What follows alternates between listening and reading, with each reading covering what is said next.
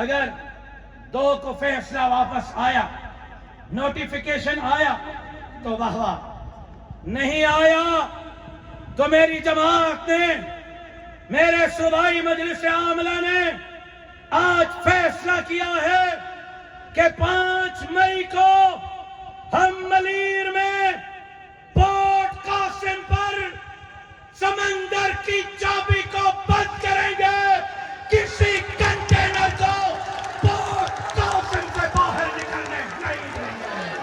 نعرہ تکبیر!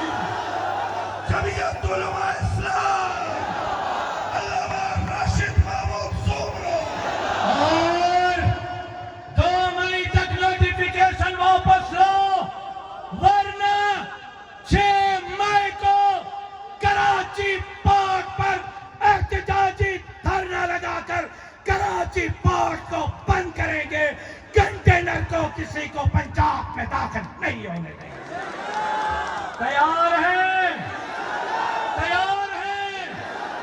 5 مئی کو ملیر پورٹ قاسم پر، 6 مئی کو کراچی پورٹ پر احتجاجی دھرنے لگیں گے، اور پھر 6 مئی کو اگلے احتجاجی لاہے عمل کا اعلان کروں گا، جدوجہد جاری رکھوں گا، چاہے زنجیر پہناؤ، چاہے جیلوں میں بھیج دو۔